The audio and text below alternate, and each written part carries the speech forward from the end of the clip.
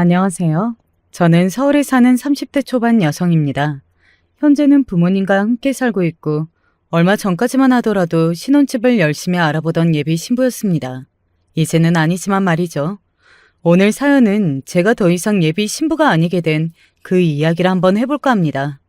얼마 전까지만 하더라도 꺼내기 쉬운 이야기는 아니었는데 이제는 이런 곳에 사연을 쓸 수 있게 되었네요. 역시 시간이 약인 것 같다는 생각이 듭니다.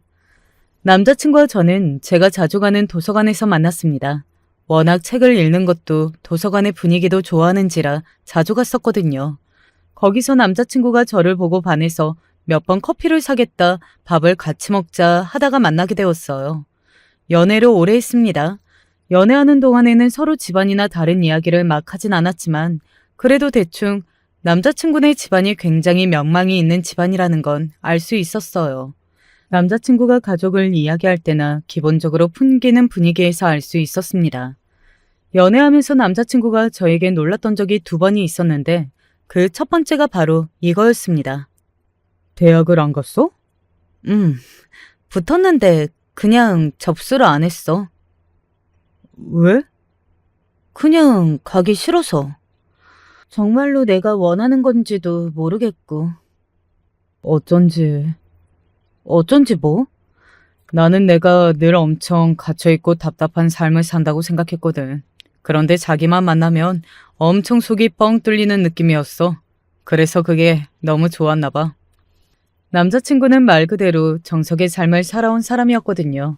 그러니까 아주 어렸을 때부터 열심히 공부해서 좋은 학교를 가고 부모님이 원하는 과를 가고 남들이 좋아하는 직장에 들어가고 거기서도 승진을 위해서 하루하루 노력하는 그런 삶 말입니다.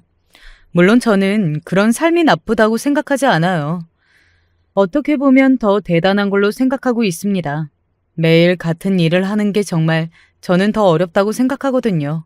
그렇게 성실하게 사는 게 정말 대단한 거라고 말이죠. 어쩌면 남자친구와 저는 서로의 그런 반대되는 부분에 더 마음이 끌린 게 아닐까 싶기도 해요. 그래서 연애하는 동안에도 서로를 참 많이 좋아했습니다.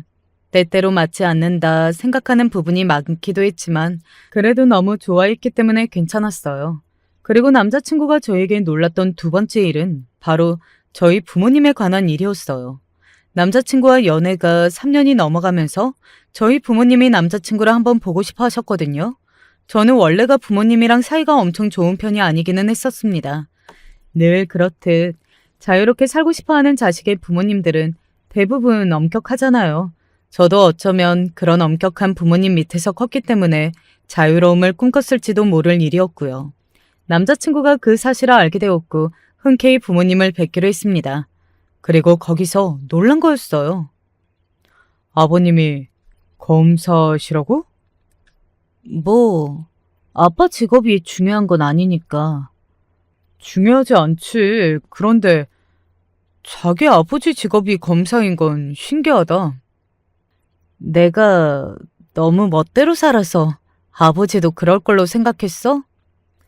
조금 자유로운 분위기의 집안에서 자랐을 줄 알았지. 뭐 다들 그렇게 생각하고 아빠 직업 이야기하면 놀라기는 하더라. 아빠의 직업이 검사라는 이야기를 듣고 남자친구가 상당히 놀라워했어요. 저와 어울리지 않는다고 생각했던 모양이었습니다.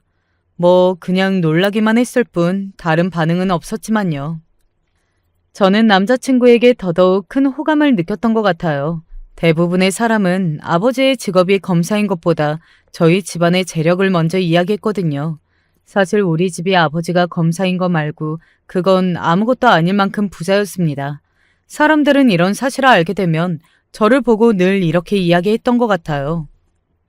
네가 그러니까 그렇게 막 살지. 어쩐지 믿는 구석이 없이는 그럴 수 없을 건데 했어.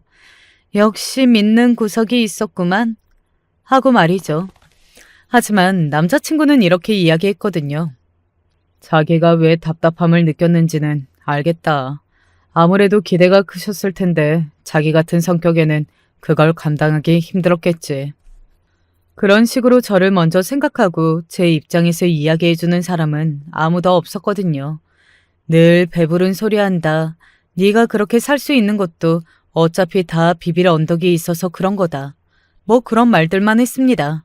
그런데 남자친구는 제 입장에서 이야기해 준 거니까요. 그리고 남자친구를 한번 만난 아빠가 남자친구를 엄청나게 마음에 들어 하셨거든요. 만나는 사람도 꼭 지 같을까봐 걱정했는데 어떻게 저런 사람을 잘 골라왔는지 그것도 신기하다. 말을 꼭 그렇게 해야 돼요? 그만큼 괜찮은 사람인 것 같다는 말이니까 어디 못 가게 날부터 잡아.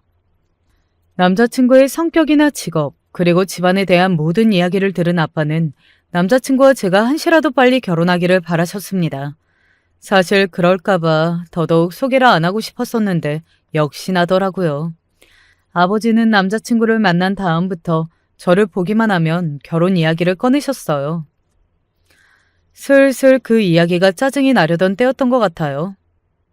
우리 결혼하자. 남자친구가 저에게 청혼해 왔습니다. 사실 저는 남자친구와 연애하기 전에 딱히 결혼을 생각해 본 적이 없었거든요. 그런데 남자친구를 만나면서 이런 사람이라면 결혼해도 괜찮겠다고 생각하게 된 거라고 말이죠. 그래서 저도 그러자고 했어요. 이 사람보다 더 좋은 사람을 만날 수는 없을 것 같다는 생각이 들었거든요. 무엇보다 제가 남자친구를 많이 좋아하기도 했고 말입니다. 그렇게 저희 두 사람은 결혼하기로 했습니다. 가장 좋아하시는 분은 다름 아닌 아버지였어요. 사실 저는 조금 청개구리긴 해서 아버지가 그렇게 좋아하시는 모습을 보고 막 저도 행복하거나 하지는 않았지만 그래도 결혼이라는 건 모두의 축복 속에 하는 게 좋은 거니까 좋게 생각하기로 했던 것 같아요. 엄마가 집에 인사 오래? 당연히 그래야지. 부모님은 어떤 분들이셔?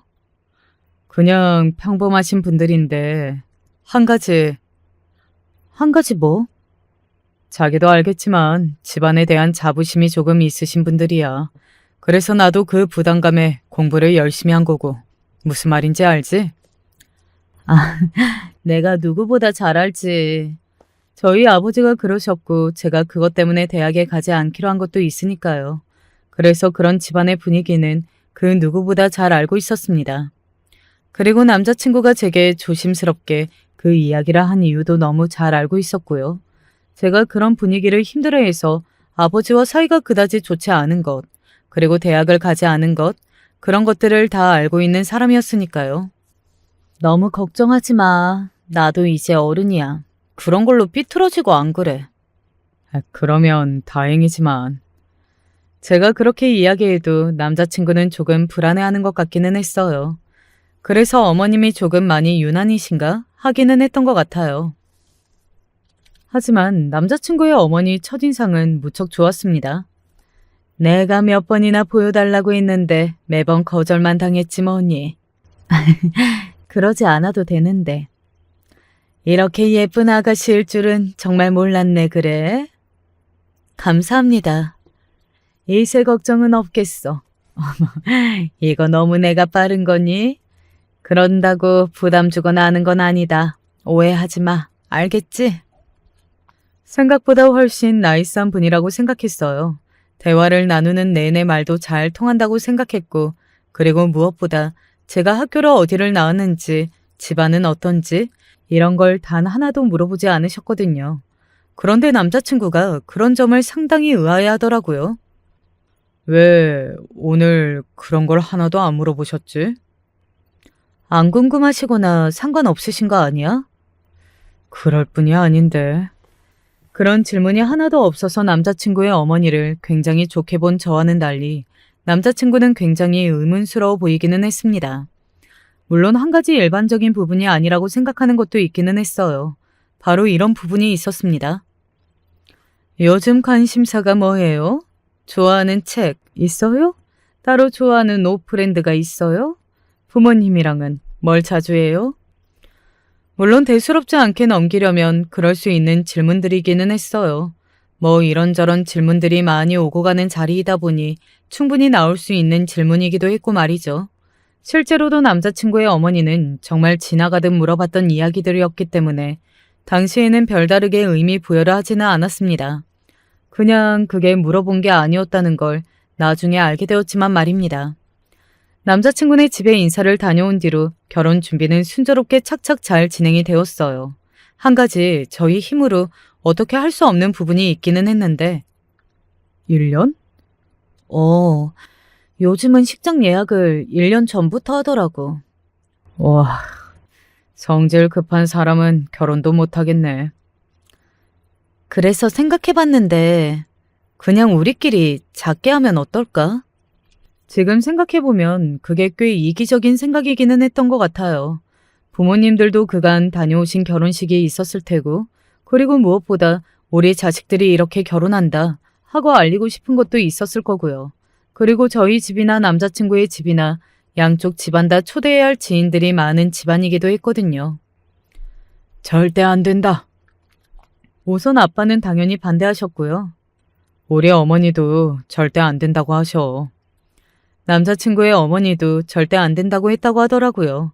사실 아빠만 안 된다고 했으면 우겨서 어떻게 해봤을지도 모르겠는데 남자친구의 어머니마저 그렇게 강경하게 나오셨다고 하니 저도 달리 어떻게 할 방법이 없더라고요.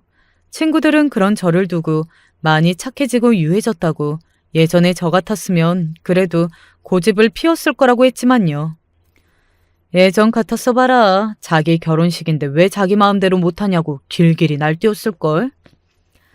그리고 허례허식 한국의 잘못된 결혼 문화 바로 잡아야 한다면서 일장연설을 시작했겠지. 지금 진짜 많이 유해졌어? 내가 그 정도였어? 너 그 정도였어. 새삼 제가 참 고집이 세긴 했구나 하는 생각을 했던 것 같아요. 하긴 그러니까 우리 아빠 같은 사람을 이기고 결국에는 대학을 가지 않은 거겠죠 뭐. 제가 대학에 가지 않은 이유를 짧게 이야기해 드릴게요. 뒷이야기를 하려면 아무래도 이 이야기도 조금 알고 계시는 게 더 이해하기 쉬울 테니 말입니다. 저는 공부를 굉장히 잘했습니다. 흔히들 이야기하는 한국에서 가장 좋은 대학을 갈 만큼 말이죠. 아버지는 그 학교의 아버지가 나왔던 과를 제가 들어가길 바라셨어요. 그리고 실제로 합격을 하기도 했고요. 저는 그 순간을 위해 공부를 굉장히 열심히 했었거든요. 그게 인생의 전부라고 생각했던 시기도 있었을 만큼 말이죠. 그런데 그토록 바라고 원했던 학교의 학부에 들어가게 되었는데 정말 하나도 기쁘지 않더라고요. 그저 이런 생각이 들었습니다. 또 하라고? 나보고 그 짓을? 이런 생각 말이죠. 19년 인생을 살아오면서 쳇바퀴 돌듯 부모님이 가라는 학원에 다니고 받으라는 과외를 받으며 잠 한 번 마음대로 푹 자본 적 없이 살아왔었습니다. 그런데 그 짓을 20이 넘어서도 어쩌면 평생을 해야 할지도 모른다고 생각을 하니 갑자기 숨이 쉬어지지 않았어요. 어머, 너 괜찮니? 정신이 들어? 언제 쓰러졌는지 기억도 나지 않았어요. 정신을 차려보니 병원이었다는 거 말고는 말이죠.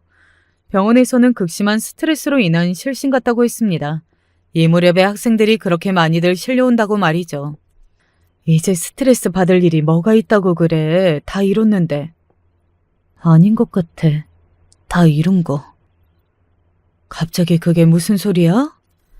영문을 몰라 어리둥절한 얼굴로 저를 바라보는 엄마를 보며 울었습니다. 이제 시작이잖아. 이제 다시 또 해야 하는 거잖아. 하고 말이죠. 그리고 그날 이후 제 모든 것들이 바뀌었어요. 생각이나 살아가야 할 방향성, 그리고 세상을 바라보는 눈, 그런 것들이 전부 말이죠. 병원에서 퇴원한 뒤 집을 나왔습니다. 편지를 써놓고 말이죠. 그 학교에 가지 않겠다고, 나는 이제 내가 하고 싶은 것만 하면서 살겠다고 말이죠. 당연히 부모님은 길길이 날뛰셨어요. 저 몰래 학교에 등록금을 내셨고 말이죠. 당연히 그럴 줄 알고 마지막 날 등록을 하지 않겠다고 반납을 받았지만요. 사람들은 저보고 미쳤다고들 했습니다. 그리고 아빠도 저에게 그랬어요. 그렇게 힘들게 붙은 학교를 그렇게 아무렇지 않게 때려치우고 요즘 같은 세상에 고졸로 살아간다는 것을 말이죠. 하지만 당시에 저는 그 어느 때보다도 정신이 맑았다고 생각하거든요. 그리고 10년이 가까이 지난 이날 이때까지 그 순간의 선택을 단 한 번도 후회한 적이 없습니다. 아마 앞으로도 그럴 일은 없을 거라고 확신해요. 그리고 정말 많은 일을 했습니다. 세상에서 태어나서 처음 해보는 아르바이트는 종류를 가리지 않고 닥치는 대로 했던 것 같아요. 집을 나와서 생활비를 벌기도 해야 했지만 그 전에 제가 뭘 좋아하고 뭐가 하고 싶은지부터 찾고 싶었습니다. 어렸을 때부터 부모님이 정해준 대로만 살다 보면 내가 뭘 좋아하는지도 모르게 되거든요. 저처럼 말이죠. 그렇게 몇 년을 혼자 밖에서 살았을까요? 어떻게 알고 왔는지 엄마가 찾아왔었어요. 그리고 저에게 이제 아빠도 괜찮다고 하시니 집으로 제발 돌아오라고 울면서 사정하셨습니다. 물론 한 번에 바로 집으로 들어간 건 아니었어요. 아빠를 다시 마주할 용기가 한 번에 나지 않았었거든요. 하지만 엄마가 몇 번을 찾아와서는 아빠도 이제는 괜찮다고 했다고 여러 번 이야기를 해줘서 용기를 냈던 것 같아요. 그렇게 다시 부모님과 살게 되었습니다. 당연히 아빠와는 사이가 좋을 수 없었어요. 여전히 아빠는 저에게 화는 나 있는 상태였으니 말이죠. 사실 아직도 화가 나 있는 상태라고 생각합니다. 그 부분은 아빠는 영원히 저를 이해하지 못할 부분일 테니까요. 사람마다 절대 포기할 수 없는 부분들이 있는 것 같아요. 그래서 제가 하고 싶은 걸 찾았냐고요? 네, 찾았습니다. 저는 지금 사진을 찍고 있어요. 아직 배우는 단계이기는 하지만 그래도 너무 즐겁게 하고 있습니다. 태어나서 이렇게 진심으로 잘하고 싶다고 생각하는 일을 처음 만났거든요. 여기까지가 대충 제가 어떻게 학교에 가지 않았고 지금은 뭘 하고 있는지에 대한 설명입니다. 남자친구의 어머니는 제가 사진을 찍는다는 말에 별다른 반응을 하지 않으셨는데 이런 말을 하시기는 하셨었어요. 그거 굉장히 돈이 많이 들지 않니? 하는 말 말이죠. 뭐 맞기는 해요. 저도 부모님의 지원이 없었다면 할 수 없었을 테니까요. 결혼을 부모님이 원하는 장소에서 하기로 하고 나니 결혼까지 시간이 꽤 많이 남았더라고요. 저희는 생략하기로 한 게 많았기 때문에 그다지 준비할 것이 많지도 않았습니다. 그래서 결혼 준비가 힘들거나 결혼 준비를 하면서 싸운다든지 그런 일은 없었어요. 어느 날 남자친구의 어머니에게서 전화가 왔어요.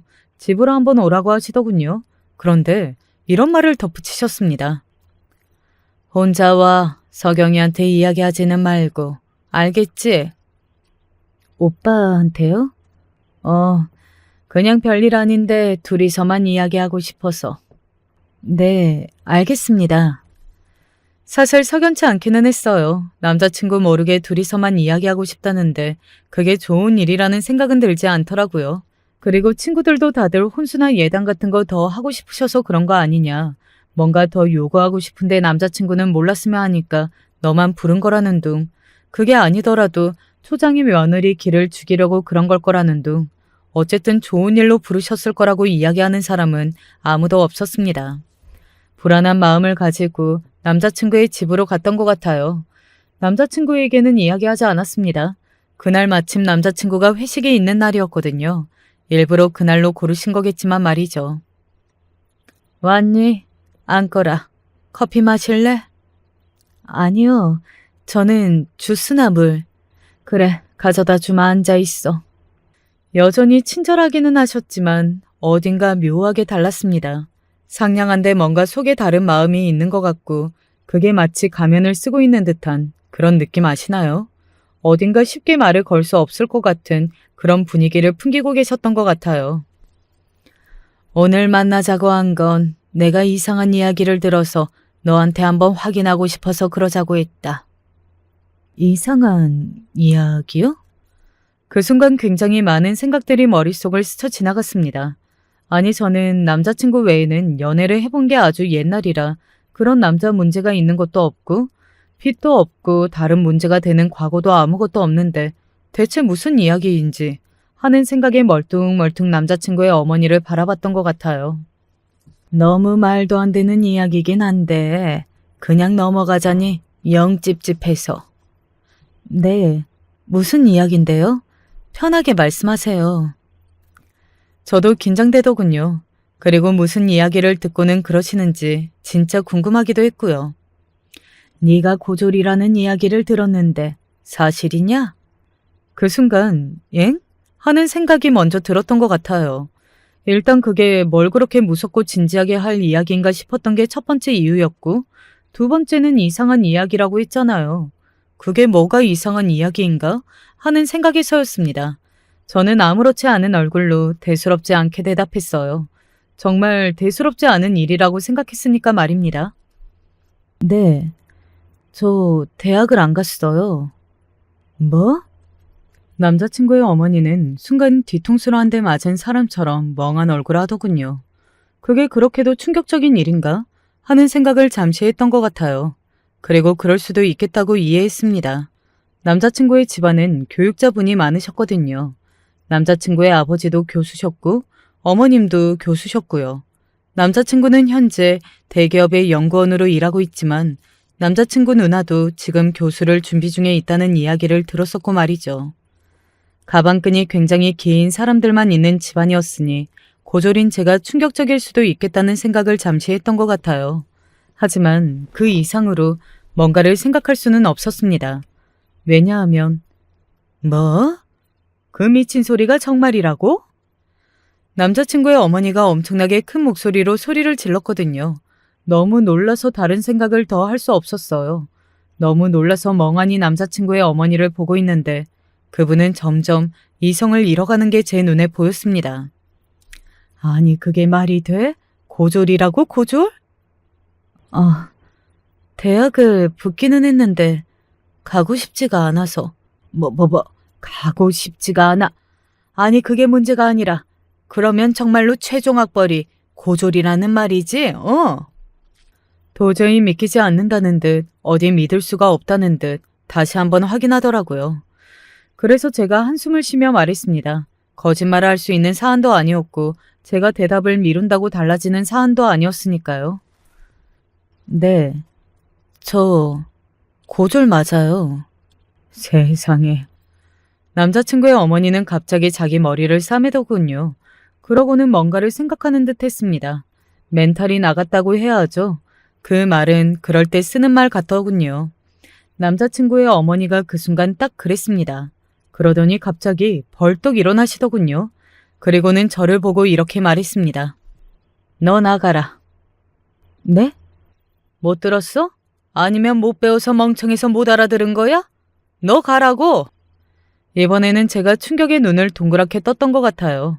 거기서 못 배웠냐는 말이 어떻게 나올 수 있냐고요. 그리고 설사 정말 그렇다고 해도 사람을 앞에 두고 면전에 그런 말을 할 수 있는 사람이라는 것에 정말 많이 놀랐던 것 같아요. 저는 그런 경험은 처음 해보는 거였거든요. 당연히 충격을 받을 수밖에 없었습니다. 일어나라고 했지 않니? 내 말이 말 같지가 않아? 나는 너 같은 며느리 못 보니까 당장 나가라고. 그러니까 지금 이 결혼은 없자는 말씀이신 거죠? 그래. 그걸 확인까지 해야 하니? 제가 고졸이라서요? 단순히 그 이유 하나 때문에요? 따지는 게 아니었습니다. 정말 어이가 없어서 그게 정말인가 싶어서 되물었던 거였어요. 제 상식으로는 그런 이유로 이렇게 길길이 날뛰며 결혼을 없자고 하는 게 도무지 이해가 되지 않았거든요. 물론 중요하지 않는 일이란 건 아니었지만 말입니다. 단순히 그 이유? 단순? 너 우리 집안이 어떤 집안인지 몰라서 하는 말이니? 하긴 그 정도도 모르는 멍청한 머리를 가지고 있으니까 고졸이겠지. 말씀이 너무 지나치세요. 제가 참다 못해 한마디 했습니다. 뭐? 지나쳐? 지금 나보고 지나치다고 했니?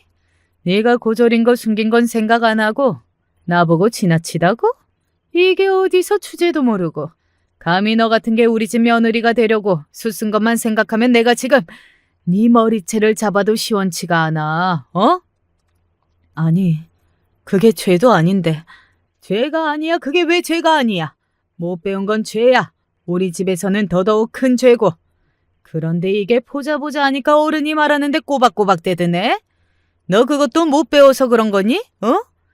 내가 이래서 그렇게 배운 애들 데리고 오라고 했던 거였는데 이 자식은 어디서 이런 걸 만나서는.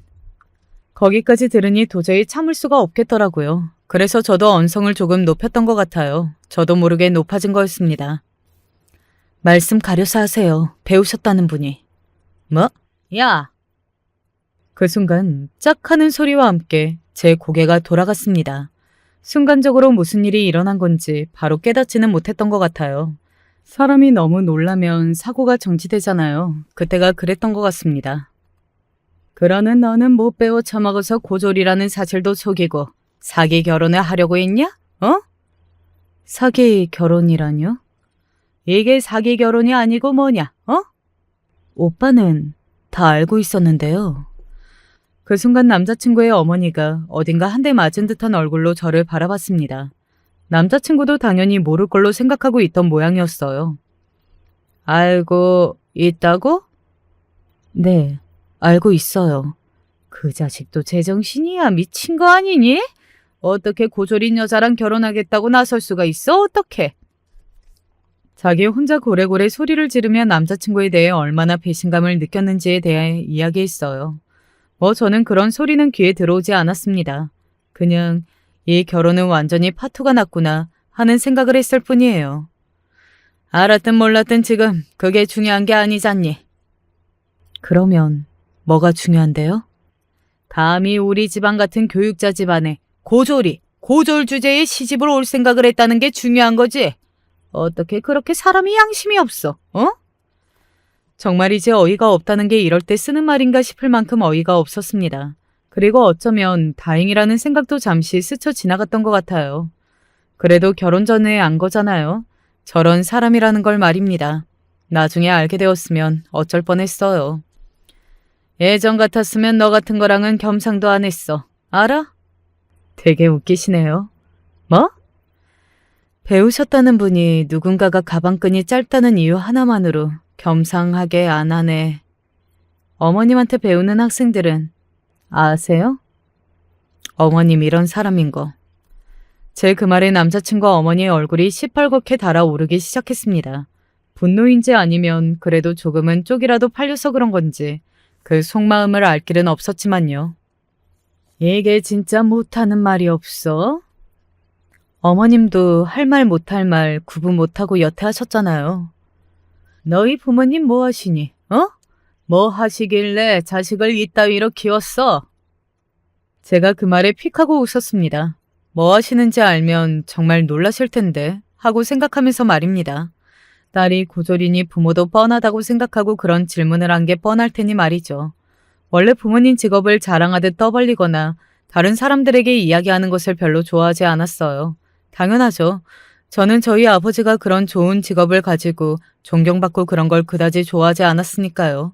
그것 때문에 강요받았던 삶을 생각하면 말입니다. 하지만 그 순간은 그냥 이야기해야겠더군요.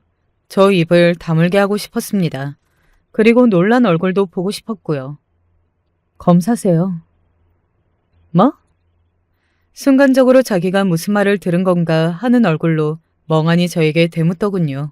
그 얼굴이 어딘가 얼빠져 보여서 속으로 웃음이 나왔던 것 같아요. 저는 다시 한번 똑바로 이야기했습니다. 검사시라고요. 검사. 모르세요? 판사 검사할 때 그 검사요. 그럴 리가. 본인이 검사면 딸내미가 고졸인 걸 가만히 내버려뒀다고? 이런 말이 있죠. 한국말은 마지막까지 들으라는 말. 제 그 말에 남자친구의 어머니가 무슨 소리를 하려고 그러느냐는 듯 저를 바라봤습니다. 그래서 제가 이야기를 해줬어요. 사실은 제가 남자친구보다 좋은 대학, 좋은 과에 합격했었다는 그 사실을 말입니다. 그니까 공부를 제가 훨씬 잘했어요. 평생을 그렇게 공부만 해야 한다고 생각하니 숨이 막혀서 등록은 안 했지만, 그리고 그 덕에 몇 년간 아버지와 연락을 끊고 살았어야 했지만 후회는 없고요. 그리고 지금 이런 꼴을 당하는 순간에도 후회는 없네요. 오히려 다행이라고 생각 중이에요.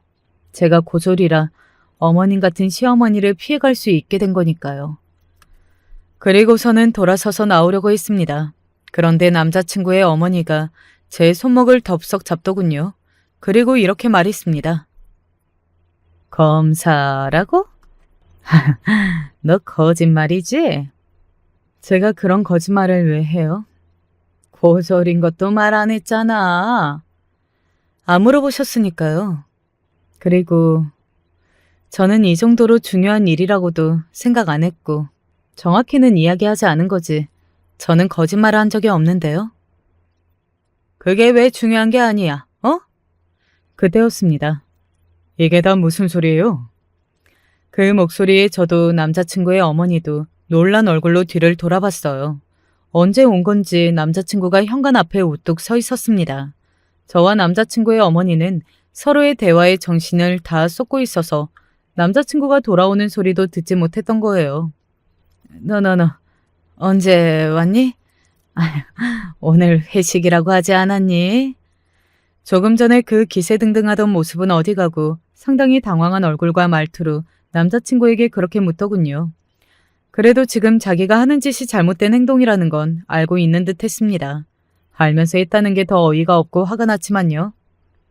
오빠, 우리 결혼 못하겠다. 그게 무슨 소리야? 이게 다 무슨 일인데? 오빠 어머니가 고졸 며느리는 싫으시대. 감히 나 같은 게 어떻게 이 집안의 며느리가 될 수 있겠냐고 내 뺨까지 때리셨거든. 절대 안 된다고 하니까 우리 결혼은 없던 일로 하자. 어떻게 정리할지는 차차 나중에 이야기 다시 하고 오늘은 일단 나는 갈게. 지금 진이 다 빠져서 더 설명할 기운도 없어. 그렇게 이야기하고서는 그 집을 돌아서서 나오려는데 이번에는 남자친구가 다급히 저를 잡았습니다. 저는 그런 남자친구의 손을 살며시 떼어나면서 고개를 저었어요. 그리고는 단호하게 말했습니다. 이런 건 여지를 주면 안 된다고 알고 있어서요. 우리는 오늘 끝났어. 오빠도 놀랐을 텐데 그래도 어쩔 수 없어. 그렇게 말한 뒤에 돌아서서 나왔습니다.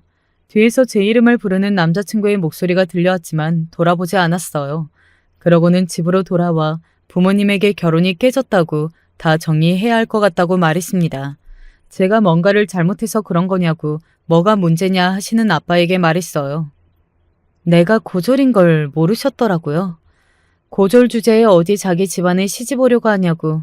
나 오늘 불려가서 뺨도 맞았어. 뭐?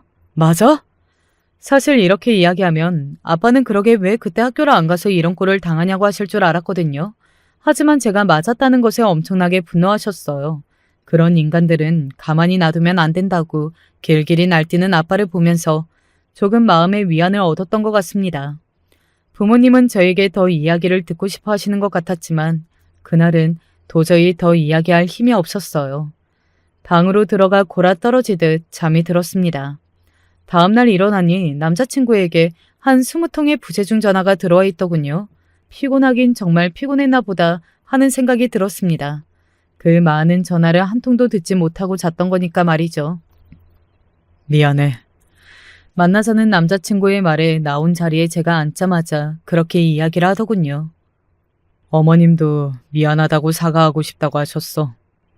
그런데 왜 오빠만 왔어? 네가 사과를 받아줄지 모르겠다고. 받아줄 생각 없어. 아빠는 그 이야기 듣자마자 고소하자고 난리 나신 거 내가 겨우 뜯어 말렸거든. 그러니까 그냥 이대로 끝내자. 나 솔직히 어제 당한 일이 너무 충격적이라 오빠 얼굴 보고 있는 것도 조금 힘들어. 남자친구는 차마 고개를 들지 못하더군요. 그런 남자친구가 안타깝지 않다면 그건 거짓말이긴 했을 겁니다. 남자친구로서는 정말 아닌 밤중에 날벼락을 맞은 거나 다름이 없었으니까요. 하지만 그렇다고 마음을 돌릴 생각은 없었어요. 그래서도 안 되는 일이기도 했고요. 내가 예약한 건 내가 다 취소할 테니까 오빠가 예약한 건 오빠가 다 취소해. 그리고 영수증은 다 받아오고 정산은 정확히 하자. 나중에 말 나올 여지 같은 건 하나도 안 남겨두고 싶거든. 오빠 어머니 보니까 절대 그러면 안 되겠더라. 그 말을 듣고 남자친구는 실감을 한 것 같았어요. 제가 정말 정내미가 다 떨어졌다는 사실을 말입니다. 진짜 그랬거든요. 진심이구나. 그런 말을 듣고 뺨까지 맞았는데 어떻게 그런 사람이랑 고부간으로 지낼 수 있겠어. 그냥 어제 끝난 거야. 세상을 살다 보면 내가 잘못하지 않아도 그렇게 될 때가 있더라. 어쩌겠어. 그렇게 되어버린 건데. 나는 네가 포기가 안 되는데 어떡하냐? 나도 오빠 좋아. 근데 이제 오빠 얼굴을 보면 오빠 어머니 생각밖에 안 나. 그냥 이대로 정리하는 게 맞아. 그렇게 이야기하고서는 절망하는 남자친구를 뒤로하고 그곳을 빠져나왔습니다. 그래도 남자친구 얼굴을 보니 완전 불같이 나던 화가 조금은 식기는 하더군요. 다른 이유가 아니라 그래도 한때 사랑했던 사람이 그러고 있는 게 마음이 너무 아파서 말이죠. 사실 저는 거기서 끝날 걸로 생각했습니다. 끝이 매우 너무 좋지는 않았지만 그래도 나름대로 잘 마무리했다고 생각했어요. 하지만 아니었습니다. 저희 아빠가 참지 않으셨거든요. 정말 고소를 하셨다고요? 절대 그냥은 못 넘어간다. 어디 우리 딸을 감히 나도 아까서 손도 못 댄 걸. 그랬어요. 제가 그 난리를 칠 때도 아빠는 단 한 번도 저를 때린 적이 없으셨거든요. 불같이 화를 내도 제가 아빠한테 맞았던 적은 없었습니다. 그리고 아빠의 고소 소식을 들은 남자친구의 어머니가 저희 집으로 찾아왔었습니다. 그 이후로 얼굴을 처음 보는 거였어요. 남자친구의 어머니는 저희 부모님의 집 사이즈에 일단 한번 놀란 것 같았어요. 앞서 이야기했듯이 저희 부모님은 부자셨거든요. 너는 왜 이런 이야기를 안 했니? 무슨 이야기요? 부모님이 잘 산다는 말. 그런 이야기를 왜 해야 하는 건데요? 제 돈도 아니고 부모님 돈인데. 제 그 말에 남자친구의 어머니는 한숨을 쉬시더군요. 나중에 알게 된 사실인데 왜 처음 인사 갔을 때 있잖아요. 그때 옷 브랜드 뭐 좋아하는지 이런 거 물어본 게 아마 우리 집이 어느 정도 사는지 확인하기 위해서 물어본 거였다고 하더라고요. 거기서 제 대답이 꽤 만족스러워서 그냥 제가 다니는 학교나 집 수준을 묻지 않은 거라고 말이죠. 아마 그렇게 생각하고 있다가 제가 고졸이라는 이야기를 들어서 더 놀란 게 아닌가 싶기는 해요.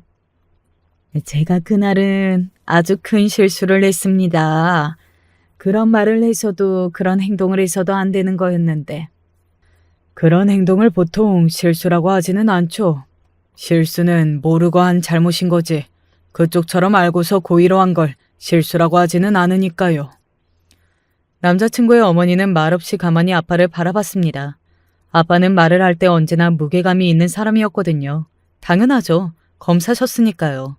일반적인 사람들과 대화를 할 때도 사람을 뭔가 압도하는 힘이 있는 분이셨습니다. 남자친구의 어머니는 그런 아빠의 말투에 누가 봐도 기가 죽은 게 보였어요. 저는 우리 딸에게 그렇게 함부로 대하시는 분을 용서할 생각이 없습니다. 그리고 이렇게 무턱대고 찾아오시는 것도 제가 문제를 제기할 수 있다는 거 알고 계시는 건지 모르겠네요. 이만 돌아가 주셨으면 좋겠습니다. 아니 저기 안 돌아가시면 경찰 부를 겁니다. 아빠가 다시 한번 정색하고 그렇게 이야기했고 남자친구의 어머니는 밖으로 나갔습니다. 제가 따라 나섰어요. 아빠는 그러지 말라고 했지만 말이죠. 내가 정말 미안하다. 아버지한테 제발 좀 잘 말해주면 안 되겠니? 보셔서 아시겠지만 저희 아버지가 누구 말을 듣는 분이 아니셔서요. 그래도 딸내미가 설득하면 들어주실 수도 있지 않니? 제가 왜 설득해야 하는데요? 순간 남자친구의 어머니가 아무 말을 하지 못하더군요. 저는 거기에 대고 제 할 말을 마저 했습니다. 저를 그렇게 대하신 분에 대해 저도 당연히 감정이 좋지 않을 텐데 왜 제가 그 말을 들어줄 거라고 생각하시냐고요. 그래도 나 아니고 우리 아들이랑도 만났던 정이 있지 않니? 이제 끝난 인연인데 그런 게 어딨어요. 사실 저도 속으로는 남자친구와의 예정도 있고 헤어지게 되는 마무리를 이렇게까지 지저분하게 하고 싶지 않은 마음도 있었기 때문에 아빠를 설득하고 싶은 생각이 있었습니다. 실제로도 설득하는 중이기도 했고요. 그런데 남자친구와 어머니의 그 말을 들으니 그렇게 해주고 싶은 생각이 싹 사라지더라고요. 아니 적어도 그렇게 하겠다는 말은 해주고 싶지 않았습니다. 정말 끝냈니? 아예? 그러면 이 상황에서 어떻게 다시 만나요? 내가 빌어도 다시는 그런 일이 없겠다고 해도 이미 일어난 일이 없어지는 게 아니잖아요. 엎질러지는 물은 주워 담을 수 없는 법이고요. 제 그 말에 남자친구의 어머니는 가만히 뭔가를 생각하는 듯 했습니다. 아마 어느 정도는 희망을 품고 있었던 것 같아요.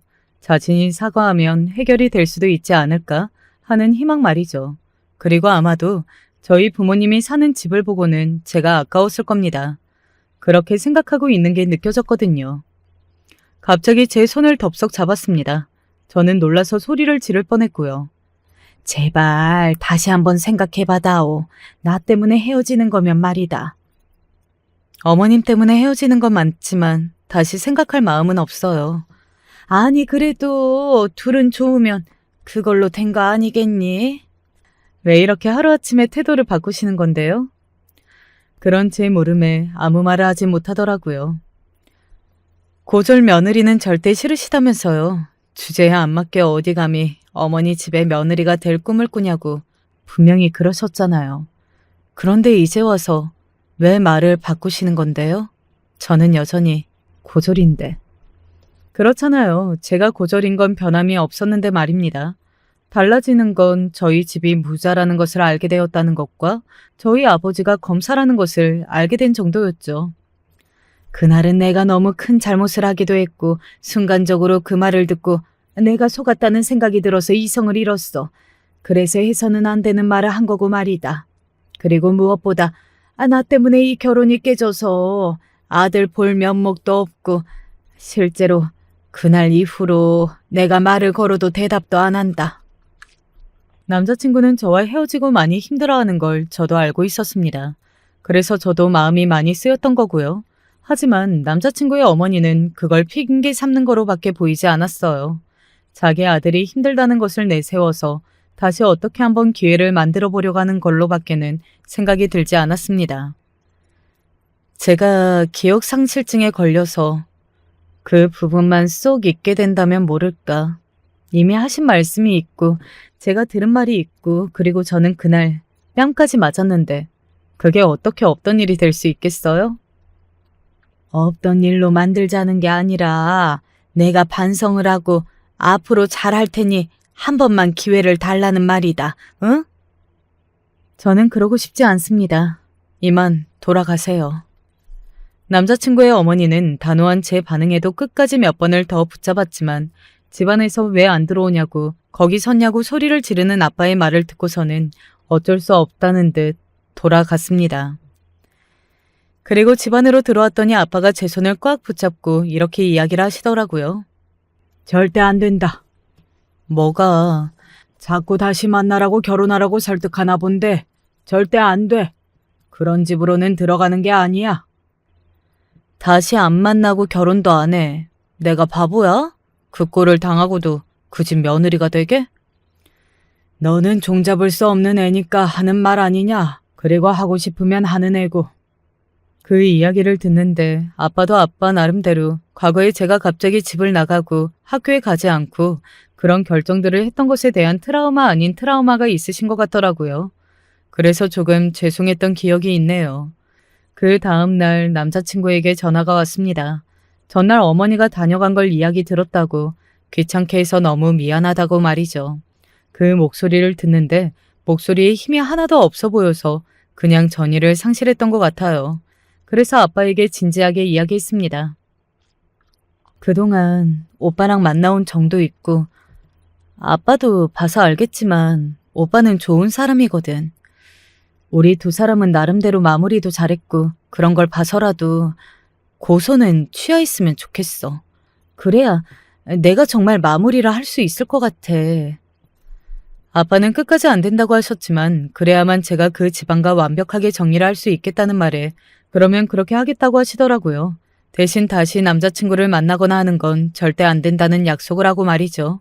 그렇게 저는 남자친구와 그리고 남자친구 어머니와 깔끔하게 모든 것을 정리했습니다. 결혼하면서 준비했던 모든 것들을 다 취소했고 또 정산도 다 끝냈어요. 그렇게 깔끔하게 하는 걸 누군가는 너무 정이 없다고 하던데 그게 뒤에 그 어떤 말도 나오지 않고 다시는 만나지 않을 가장 확실한 방법이라고 생각했기 때문에 그렇게 했습니다. 듣기로는 남자친구의 어머니가 아직도 굉장히 후회를 하고 땅을 친다고 하더라고요. 저희 집안이 대단한 집안이라는 이야기를 듣고서는 자기가 그때 왜 그랬는지 모르겠다고 아까워 죽겠다고 이야기하고 다닌다고 말이죠. 뭐 그런 이야기를 듣는데 기분이 나쁘지는 않았던 것 같아요. 무시했던 발언들이 생각나면서 우습기도 했고 말이죠. 아빠는 사람은 사람으로 있는 거라면서 자꾸 자신이 선자리를 주선하겠다고 하셨지만 저는 당분간 남자를 만날 생각이 없다고 단호하게 거절했습니다. 그렇잖아요. 파혼한 지 얼마 되지 않아서 선을 보러 다니는 건 너무 결혼 못해서 안달난 여자 같고 말입니다. 그리고 정말 결혼 생각이 없어졌어요. 원래도 남자친구를 만나기 전에는 없었으니까요. 언젠가 좋은 사람을 만나면 다시 그런 생각이 들 수도 있겠죠. 하지만 떠밀리듯 억지로 하고 싶지는 않습니다. 하지만 저희 아빠도 한 고집하시는 분이라 계속 이야기를 하실 것 같아서 당분간은 해외로 나가 있을까 해요. 개인 여행을 계획 중입니다. 가서 사진도 찍고 머리도 마음도 비우고 다시 오려고요. 이야기가 너무 길어졌죠? 이제는 마무리해야 할 것 같네요. 제 이야기는 여기까지가 끝입니다. 사연을 쓰다 보니 앞으로의 제 인생이 어떻게 흘러갈지도 궁금해지는 것 같아요. 이런 일이 저에게 생길 줄 몰랐던 것처럼 정말 예상하지 못한 일이 또 일어날 수도 있겠죠. 부디 다음에는 그 일이 좋은 일이었으면 좋겠네요. 끝까지 저와 함께 해주셔서 감사해요. 내가 인생을 잘못 살아온 걸까? 저는 얼마 전까지 그 생각이 머릿속에서 지워지지 않아 너무나 괴로웠답니다. 고통스럽지만 이 늙은이 이야기를 들어주신다면 감사하겠습니다. 제 슬하에는 아들 하나 그리고 딸 하나가 있습니다. 솔직히 제가 생각해도 딸아이보다는 아들 녀석을 키우는데 더 많은 신경을 썼습니다. 장녀인 딸아이는 어릴 때부터도 어른스러운 면모가 있어서 제가 굳이 신경을 쓰지 않아도 혼자서도 이것저것 잘하는 아이였습니다. 그에 반해서 아들 녀석은 철이 없어가지고 어미인 제가 일일이 챙겨주지 않으면 원체 덩벙거리고 할 일도 제대로 못하는 녀석이어서 저는 젊었을 적부터 아들한테 거의 붙어 살다시피 했습니다. 엄마가 편식하면 안 된다고 했지. 이런 거 다 골고루 먹어야지 나중에 쑥쑥 커서 훌륭한 사람이 되는 거야. 자, 엄마가 여기 숟가락에 반찬 올려줄 테니까 얼른 먹어. 남편도 그렇고 저도 그렇고 집에서 함께 있을 일이 있으면 언제나 딸보다는 아들에게 더 말을 걸고 뭐 하나라도 더 챙겨주려고 하고 그랬습니다. 뒤늦은 이야기겠지만 만약에 딸아이가 그 과정에서 한 번이라도 서운하다, 속상하다고 이야기를 했으면 저희도 그렇게까지는 하지 않았을 거라 생각합니다. 하지만 어른스러운 딸은 제가 아들을 더 챙겨도 뭐라고 한 적이 한 번도 없고 늘 저나 남편이 무언가 시키기 전에 스스로 청소도 하고 빨래도 하고 설거지도 했습니다. 그러다 보니까 저도 모르게 딸아이에게 조금 기대감이 없지 않아 있었던 것 같아요. 아들 녀석 하나 관리하기도 몸이 모자른데 마침 착한 딸아이가 옆에서 저를 도와주니 분명 아들이랑 같은 자식인데도 은연중에 뭐 하나라도 더 해줬으면 하고 그런 마음이 들었습니다. 나중에 아들이 철들어서 자기 한몫 제대로 하는 사람이 되면 딸아이는 그때부터 잘해줘도 괜찮겠지. 라고 생각했습니다. 하지만 아들은 철이 들 생각조차 없어 보였습니다. 딸아이는 학교에서 성적도 잘 받아오고 선생님들 칭찬이 자주 한데 아들 녀석은 학교에 한번 가면은 늘 담임 선생님이 승환이가 좀 말썽을 많이 부리는 편이에요. 어머님, 조금 더 친구들을 배려할 줄 아는 마음을 가지면 좋을 것 같아요. 라는 이야기들만 듣기 일쑤였습니다. 언제까지 선생님한테 혼날래? 누나 봐라. 혼자서도 그렇게 씩씩하게 잘하잖니. 선생님들 칭찬도 많이 받고 너도 누나를 본받아서 그렇게 행동하도록 해야지. 싫어요. 저는 공부하는 것보다는 애들이랑 노는 게 더 좋아요. 그나마 어릴 때는 그냥 웃고 넘어갈 수 있는 수준이었습니다. 하지만 애가 점점 머리가 크다 보니까 잘못하면 소년원까지 들락날락 거릴 수 있을 만한 정도의 사고를 치고 다니더라고요. 매일같이 경찰서에서 전화를 받고 헐레벌떡 달려나가는 게 한두 번이 아닙니다. 남녀노소를 가리지 않고 모르는 사람에게 머리를 조아렸고 필요하다면 합의를 해서 아들이 정말 최악의 상황에 빠지는 일만은 막아주었습니다. 그럴 때마다 아들 손을 꼭 잡고 간절하게 부탁을 했습니다. 제발 이런 사고만은 치지 말아달라고 하지만 아들은 그런 제 말에 단 한 번도 제대로 답을 해준 적이 없습니다. 그리고 계속해서 또 다른 사고를 치며 저와 남편을 힘들게 했죠. 대체 왜 그러는 거냐? 우리가 너한테 큰 걸 바란 적이 있기나 해? 사고만 치지 말아달라는 건데 어떻게 이렇게 하루가 멀다 하고 일을 벌려? 아니 내가 뭘 했다고 그래? 너 이 녀석 학생 신분에 오토바이 타고 친구 때리고 다니는 게 그럼 잘한 짓이야? 엄마 가슴에 언제까지 대못 받고 살래? 엄마 죽어야 그래야 정신 차릴 테냐? 아 진짜 꼴 같지 않은 소리만 계속하네. 엄마야말로 오버하지 마. 그리고 내 인생은 내가 알아서 할 테니까 그냥 제발 좀 내버려둬. 전날은 아들과 한판 한날이었습니다. 제가 참지 못하고 죽어야 정신 차리겠냐는 극단적인 말까지 내뱉었는데도 아들은 꿈쩍도 하지 않더라고요. 오히려 저를 손가락질하더니 나가선 며칠간 들어오지 않아 제 속을 그리도 썩였습니다. 하도 들어오지 않아 나중엔 실종 신고까지 해야 하나 해서 경찰서에 갈 채비를 하고 있는데 때마침 딸아이에게서 전화가 걸려왔더군요. 아들이 PC방에 있다고요. 엄마, 승환이 PC방에 있었대. 그 말을 듣자 억장이 무너지는 것 같았습니다. 부모는 날밤을 새며 자기를 걱정하고 있는데 아들은 희희낙낙 또 다른 애들에게 뺏은 돈으로 게임이나 하고 있었다니. 속으로 저게 내 뱃속으로 낳은 아들이 맞을까 하는 생각마저 들었습니다. 그날은 저도 고통을 가눌 수 없었는지 아들을 보자마자 그만 그 자리에서 쓰러져 응급실에 실려가고 말았습니다. 눈을 뜨니 이미 병원이었고 딸과 남편은 착잡한 표정으로 저를 내려다보고 있었죠. 그때 아들은 처음으로 제게 미안함을 느꼈는지 처음으로 다신 사과 안 치겠다는 말을 하더군요. 미안해, 엄마. 이 한마디를 하는데 저는 아들의 손을 붙잡고 그래, 제발 그만해라, 승환아. 엄마 소원이야. 하며 울고 말았습니다. 며칠간 아들은 정말 착한 아들 노릇을 했어요. 집에도 꼬박꼬박 들어오고 제 속도 썩이지 않고 그때 잠깐 희망을 품었던 것 같습니다. 그래, 우리 아들이 변했구나. 드디어 변했구나. 하지만 그런 제 바람을 무참히도 짓밟듯 아들은 성인이 되어서도 마찬가지였어요. 딸아이가 자기 힘으로 일을 하고 돈을 벌고 새로운 사람들을 만나면서 자기만의 사회생활을 할 때 아들은 여전히 저와 남편이 아니면 아무것도 할 수 없는 아이였습니다. 노력을 했는데 안 되는 거라면 저랑 남편 성격상 아들한테 뭐라고 할 사람이 전혀 아니에요. 오히려 그런 아들의 노력을 기특하게 여기고 뭐라도 더 해주고 싶어 안달이었겠죠. 하지만 아들은 정말 말 그대로 집에서 탱자탱자 놀기만 했습니다. 살은 점점 뒤룩뒤룩 쪄가고 자기 마음대로 되는 게 없으면 부모에게도 소리를 질렀습니다.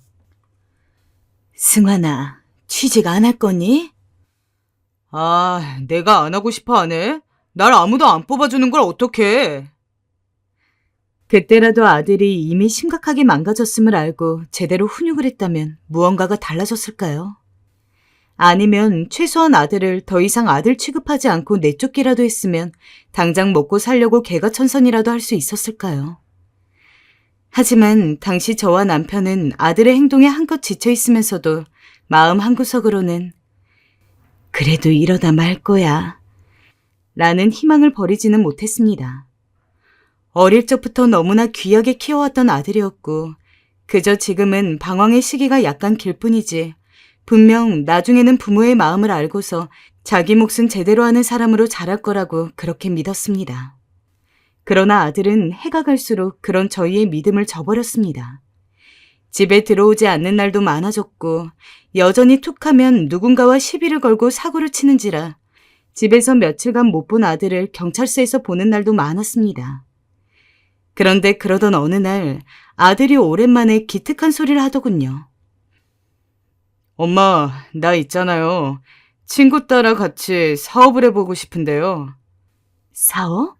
네가 무슨 사업을? 별다른 건 아니고 친구가 서울에서 자그마한 카페를 하는데 그게 수입이 꽤 괜찮나 봐. 그래서 나도 한번 해보려고.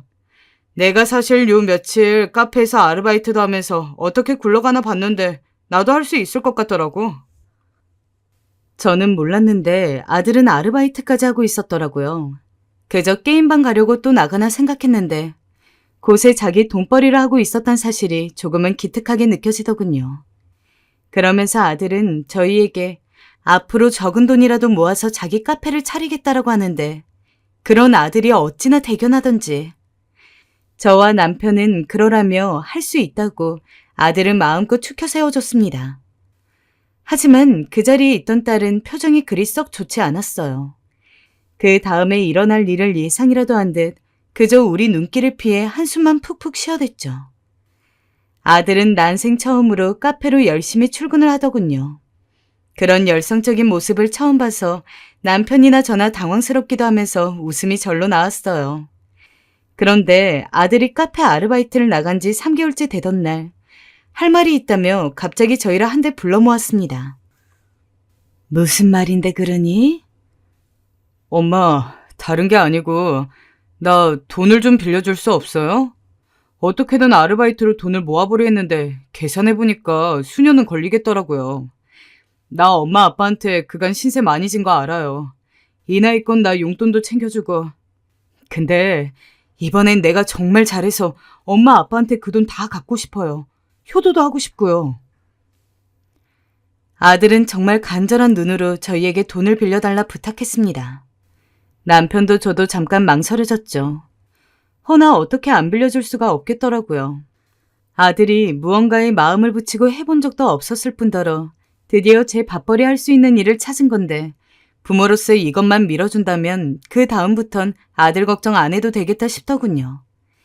거기다 아들 입에서 효도라는 말까지 나왔기에 그 단어에 마음이 흔들려 버렸습니다. 그래서 저는 남편을 설득해 적금을 깨 아들에게 거액을 빌려주었습니다. 승환아, 엄마한테도 작은 돈 아니야. 이거 엄마 아빠가 정말 열심히 일해서 모은 돈이야. 알지? 알겠어요. 엄마, 고마워요. 엄마밖에 없어요. 평생 효도할게요. 아들은 폴짝폴짝 뛸 기세로 고맙다고 기뻐했습니다. 그리고 반드시 갚겠다며 그 돈을 들고 밖으로 나가 생활을 했습니다.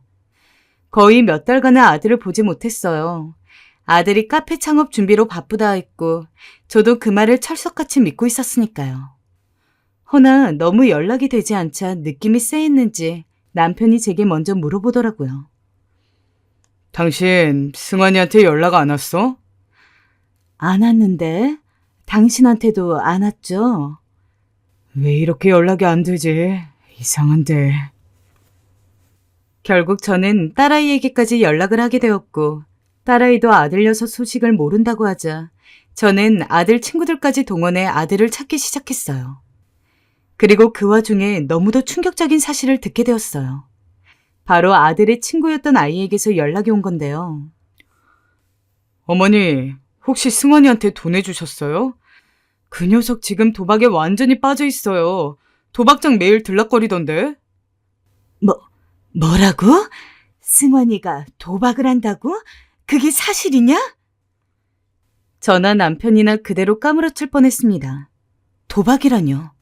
한번 발들이면 손을 자르기 전까지는 그만두지 못한다는 도박이라뇨. 아들 친구는 승환이가 강원랜드에 있을 거라며 거기서 한 달째 못 빠져나오고 있다고 하더군요. 저희는 그 말을 듣고 곧바로 강원랜드로 출발했어요. 가는 동안 심장이 어찌나 뛰던지.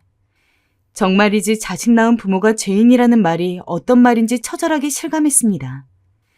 그리고 거기서 반쯤 정신을 잃은 눈으로 도박에 빠져있는 아들을 보았을 땐 말 그대로 억장이 무너지는 걸 느꼈어요.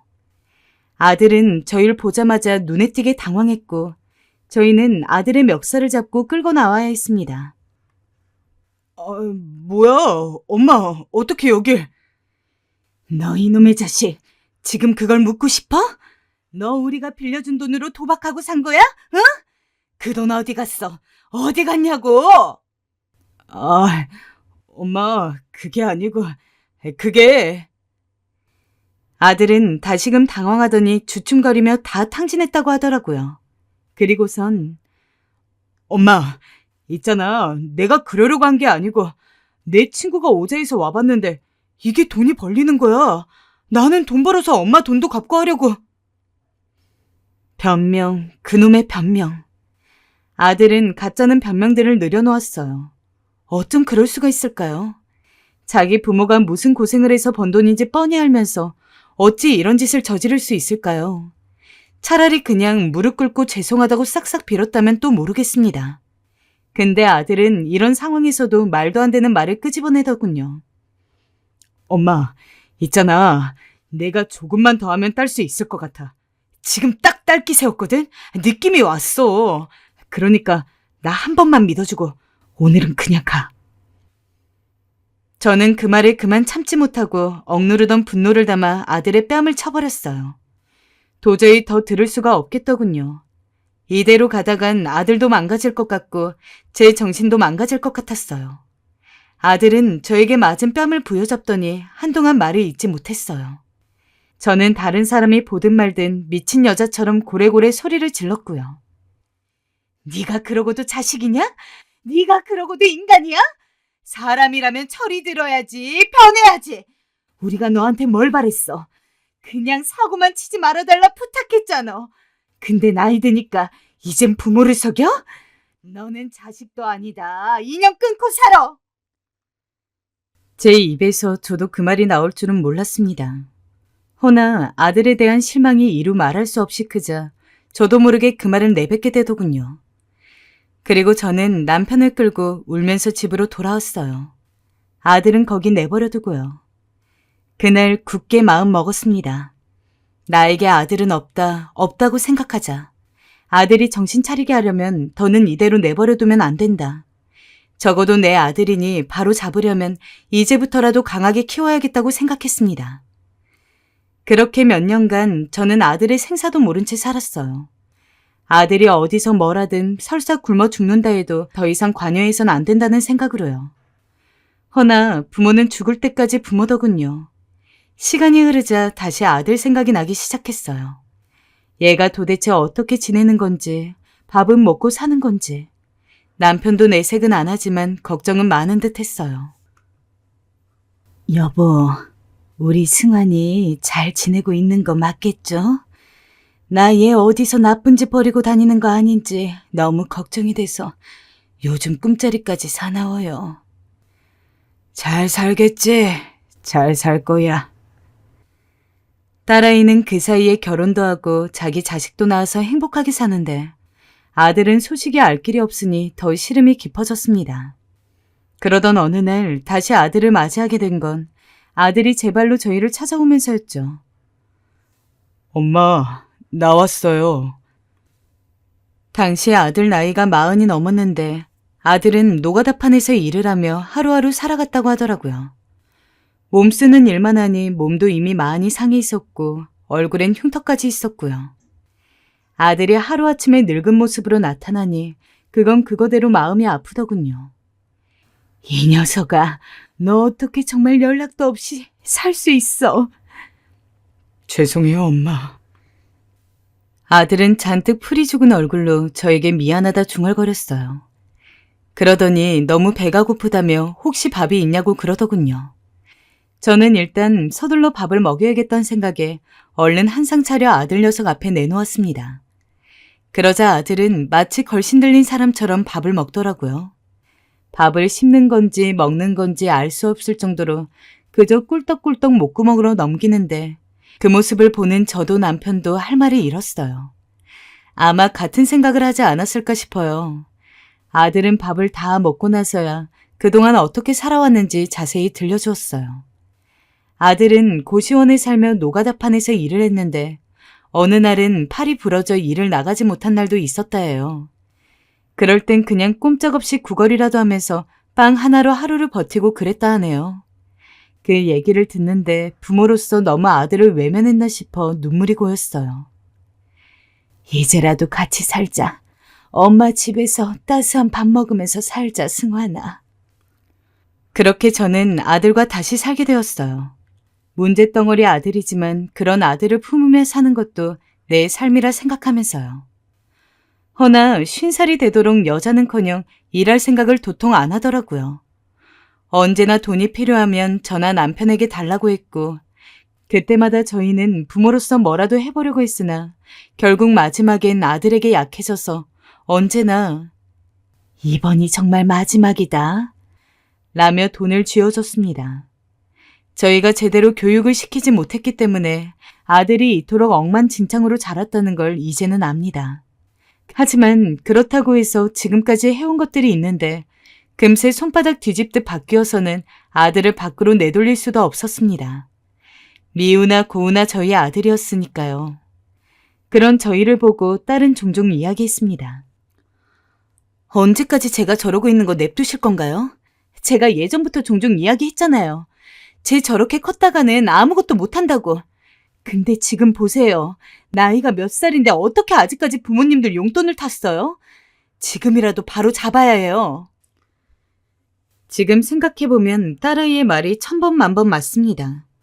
근데 그때는 왜 그렇게 괘씸하게 들렸는지, 장녀가 돼서 부모처럼 동생을 챙기지 않는 딸이 갑자기 미워 그런 말을 할 때마다 너는 우리처럼 동생 한번 챙긴 적이 있긴 하니?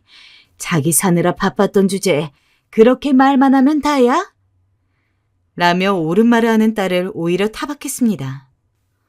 엄마, 말을 그렇게밖에 못해요? 딸이 서운한 기색을 보인다 해도 대꾸조차 하지 않았죠. 그러는 와중에도 아들은 살뜰하게 사고를 치고 다니고 결국 저희가 막아주다 못해 교도소까지 한번 다녀오는 일이 있었습니다. 그리고 그 사건을 계기로 남편은 쓰러졌죠. 그렇게 귀하게 여기던 아들을 교도소로 보내고 그나마 믿을 수 있는 상대였던 남편까지 쓰러지고 나자 저는 도대체 이 상황을 어떻게 쳐나가야 할지 몰라서 그저 쓰러진 남편의 손을 잡고 얼른 깨워달라고 비는 것이 전부였습니다. 하지만 그런 제 간절한 바람에도 불구하고 남편은 기력을 잃어갔어요. 그리고 남편이 마지막으로 제게 했던 말이 있어요. 뭐였는지 아세요? 바로 아들에 대한 당부였어요. 여보, 우리 승환이, 당신 너무 힘들면 포기해도 돼. 남편은 당시 제가 얼마나 힘들었는지 알고 있었기에 그런 당부를 하곤 세상을 떠났습니다.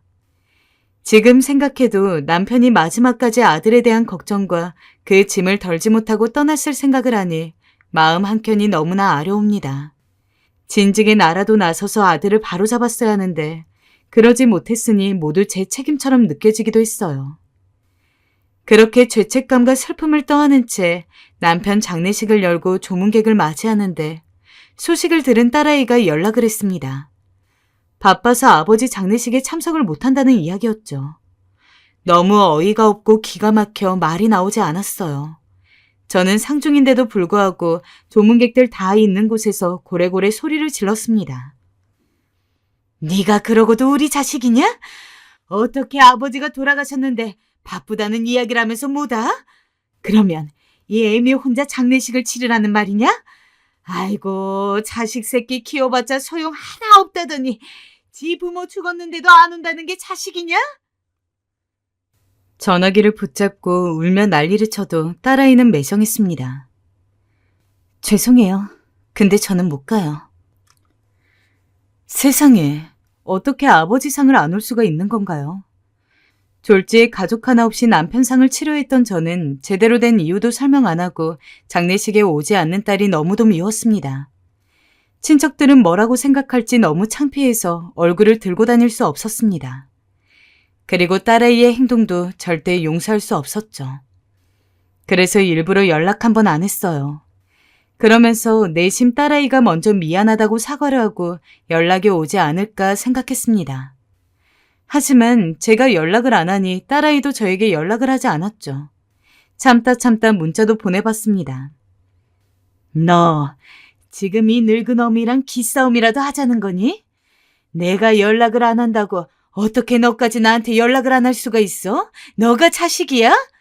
자식이면 부모가 잘 지내나 연락하는 게 도리고 아버지 돌아가신 지도 얼마 안 됐는데 혼자 남은 어미가 걱정이 되지도 않니?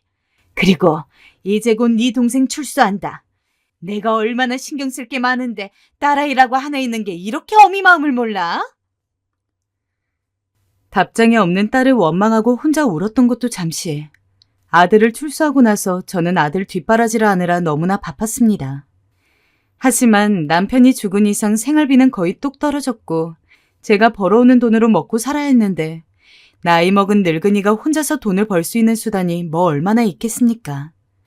건물 청소부로 새벽부터 늦게까지 뼈 빠지게 일해도 손에 잡히는 돈은 얼마 없고 그런 와중에도 아들은 틈만 나면 계속 돈을 달라고 해서 술이나 퍼먹고 다니니 그걸 도저히 맞춰주기가 힘들었습니다.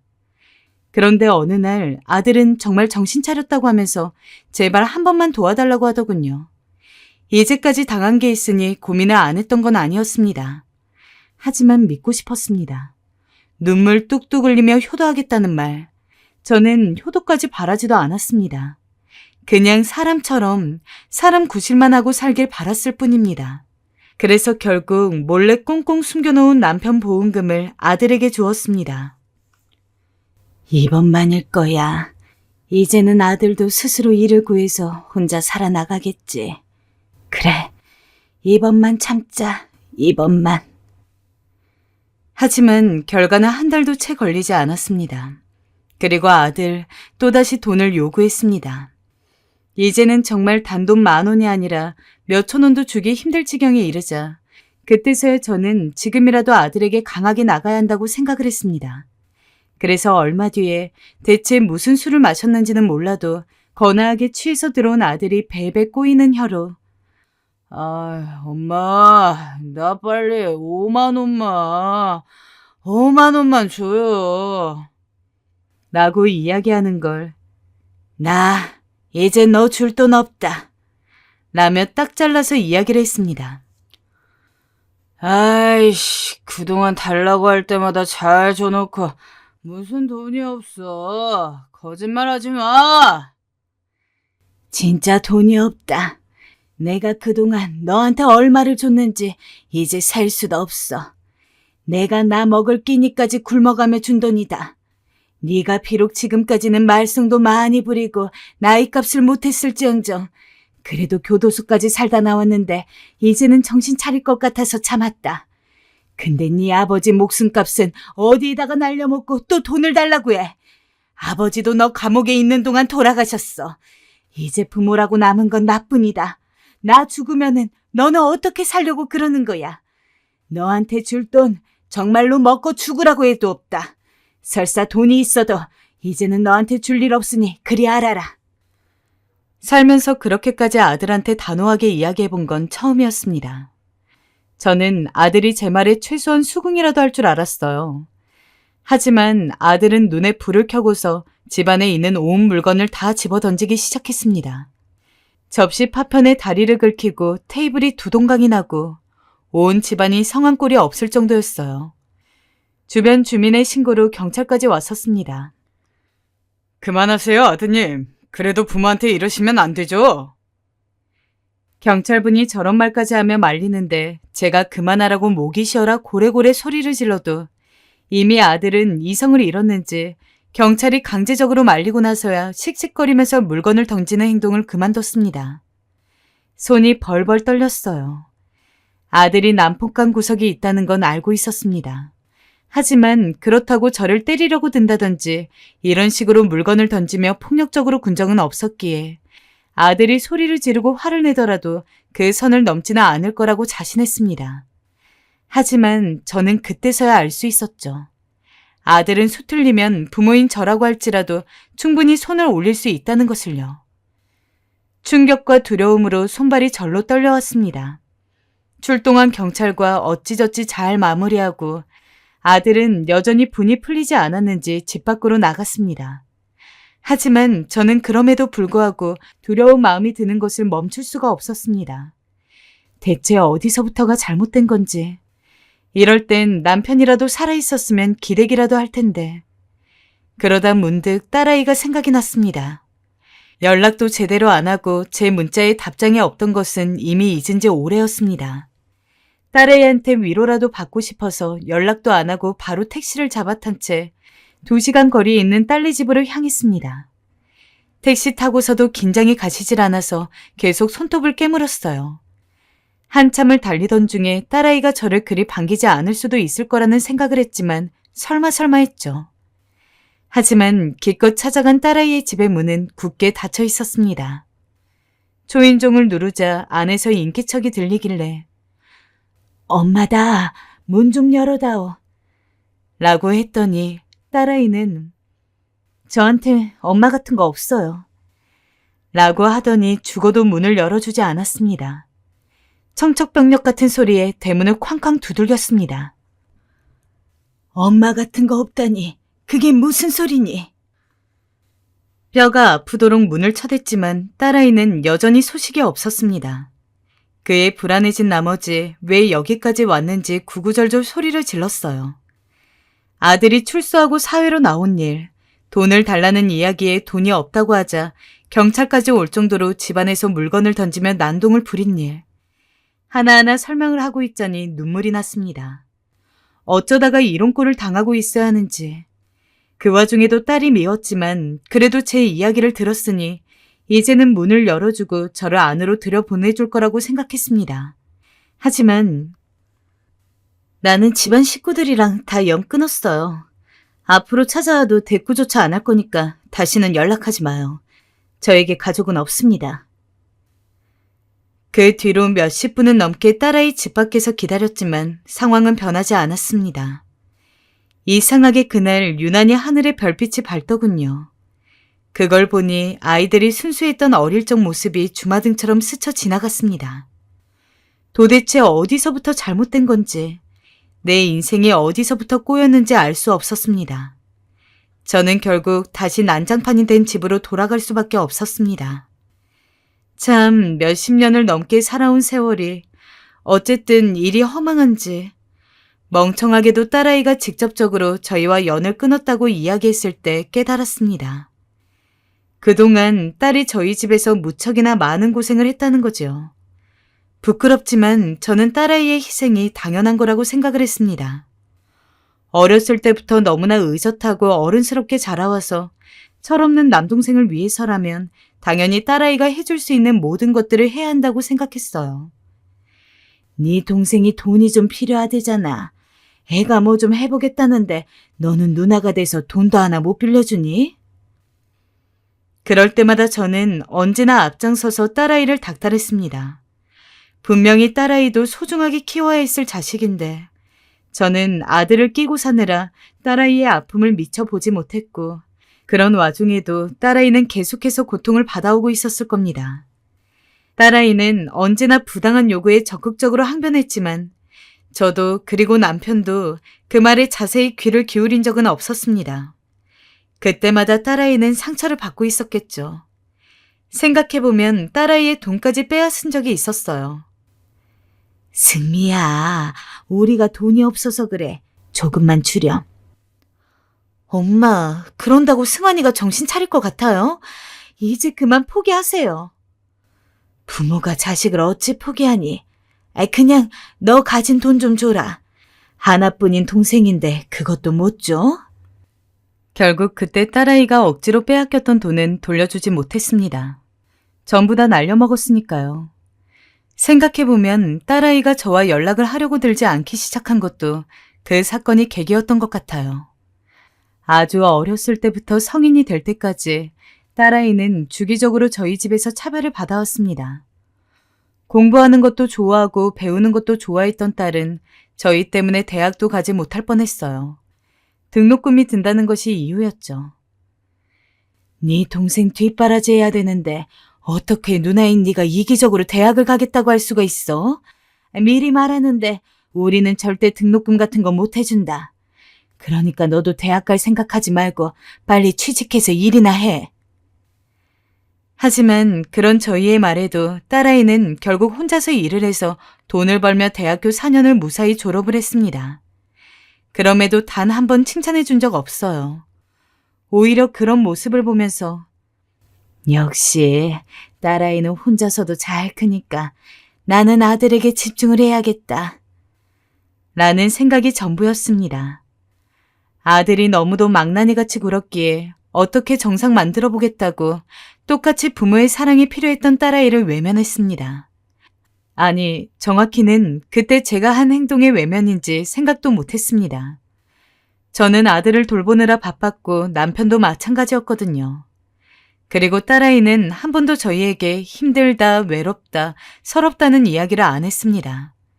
그랬기에 그냥 단순하게 괜찮을 거라고 생각을 했습니다.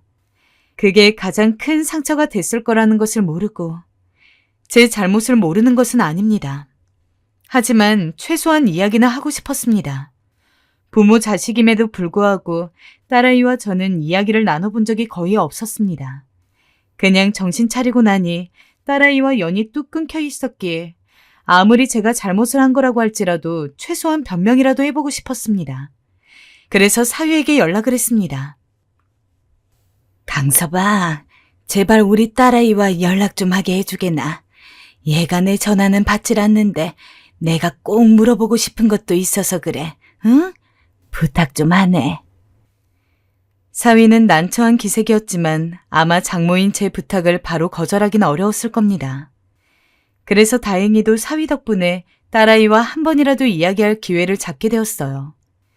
내 배로 직접 나와서 키워온 딸을 보는데 남을 보는 것처럼 긴장이 돼서 찬물만 수없이 들이켰습니다. 그리고 마침내 약속 장소에 나온 딸은 애정이라고는 전혀 없는 눈빛으로 저를 쳐다봤습니다. 빨리 얘기하고 끝내요. 엄마랑 이렇게 마주보고 대화하고 싶지 않으니까. 그래. 우선 내가 그동안 너한테 신경을 못 써서 미안하다. 변명 같겠지만 네 동생이 너무 철이 없고 어린데 너는 어른스럽고 어렸을 때부터 의젓하니 부모가 뭐 시키지 않아도 척척 해내는 똑부러진 딸이라서 나도 모르게 너는 그냥 혼자서 잘할 수 있는 아이라고 생각했던 것 같다. 그래서 너에 비하면 많이 모자란 동생을 돌보는데 더 신경을 썼고 너에게 문정박대를 당하고 곰곰이 생각을 해보니까 그 모든 것들이 너에게는 외면이라고 느껴졌을 것 같구나. 정말 미안하다. 잘 알고 계시네요. 그래서 저는 더 엄마랑 얘기할 생각 없어요. 오래전부터 이렇게 살면 안 되겠다고 생각을 했지만 그땐 저도 바보 같았어서 그래도 가족이니까 함께 해야 한다고 그렇게 미련하게 생각을 했어요. 근데 이젠 아니에요. 특히 엄마가 말한 것도 그렇지만 동생이란 녀석이 저희 집에 와서 하는 꼴을 보고 더 이상 버틸 수 없겠다고 생각했어요. 네 동생이 너를 찾아갔다고? 한 번도 들어보지 못한 이야기에 딸아이를 재촉했습니다. 그러자 충격적인 이야기가 나왔죠. 아들은 딸아이 집에도 자주 찾아가서는 돈을 빌려달라고 행패를 부린 모양이었습니다. 하지만 딸아이는 돈을 빌려달라는 아들의 요구에 절대 안 된다고 이야기를 했고요. 그의 화가 난 아들은 딸아이를 때리기 위해서 손을 들었다고 합니다. 마침 그 모습을 보고 있던 사위가 딸아이 앞을 가로막았고 덕분에 아들은 자기 매형을 때리고 만 것이 된 셈이었죠. 아무리 아들이 망나니 같아도 손을 들어서 누군가를 때리는 일은 없을 거라고 생각을 했는데 담담히 그 당시의 일을 이야기하는 딸아이에게 어떤 말을 해야 될지 몰라서 저는 그저 입만 다물고 있었습니다. 저는 그날 일을 기점으로 우리 가족이랑 영 끊었어요. 그 뒤로도 걔가 한번 찾아왔었는데 바로 경찰에 신고했고요. 솔직히 저라고 해서 가족들이랑 영 끊는 게 좋은 건 당연히 아니에요. 하지만 동생은 물론이고 엄마도 평생 제 안위는 신경 쓰지 않고 늘 동생만 끼고 사느라 바쁠 테니 그런 가족은 제 손에서 놓는 게 맞겠죠. 이제 할 말은 다 했어요. 남편한테도 엄마 번호 차단하라고 할 거니까 다시는 내 가족한테 연락하지 마세요. 이제 엄마도 동생도 그리고 죽은 아버지도 제 가족 아니에요. 서러움에 눈물이 뚝뚝 흘렀는데 그런 딸에게 반박할 말이 없다는 것이 더욱 서글프고 화가 났습니다. 자리에서 일어나 저를 등지고 나가는 딸의 뒷모습만을 멍하니 바라봤어요. 그동안의 나날들이 너무도 후회가 되었습니다.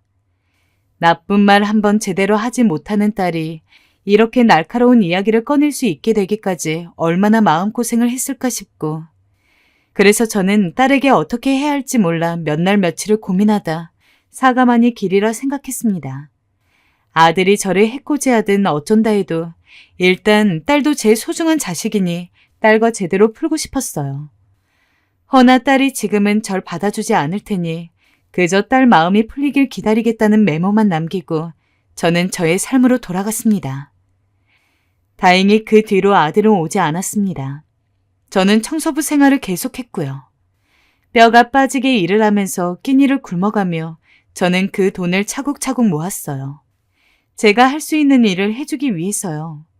가끔은 딸이 너무 보고 싶기도 하고 먼저 연락이 오길 기다리기도 했지만 그것조차 저의 이기적인 마음이라 여기었어요. 그래서 그런 마음조차 애써 억눌러가며 열심히 일만 했습니다.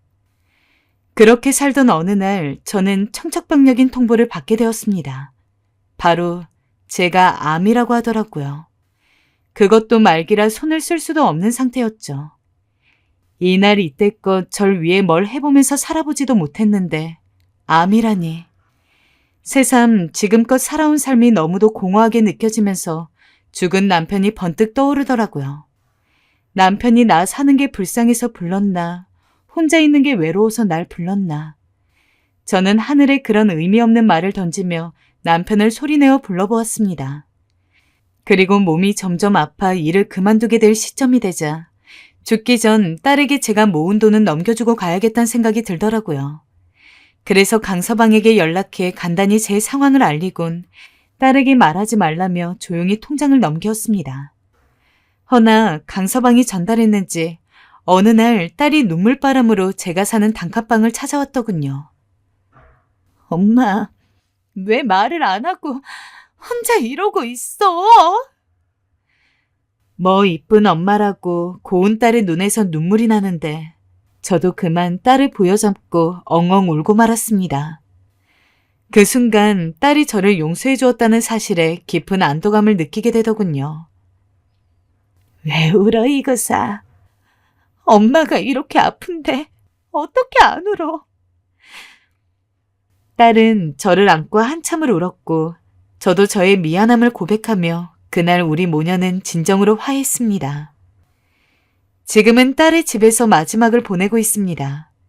제가 집에서 편안하게 마지막을 맞이하는 게 소원이라고 하자 딸이 그 소원을 들어주고 싶다며 저를 드린 것이죠. 딸은 제게 아버지 장례식에 못 간 게 마음에 걸린다며 하늘에 가면 아버지에게도 죄송하단 말을 꼭 전해달라 합니다. 저는 그러겠다 했고요.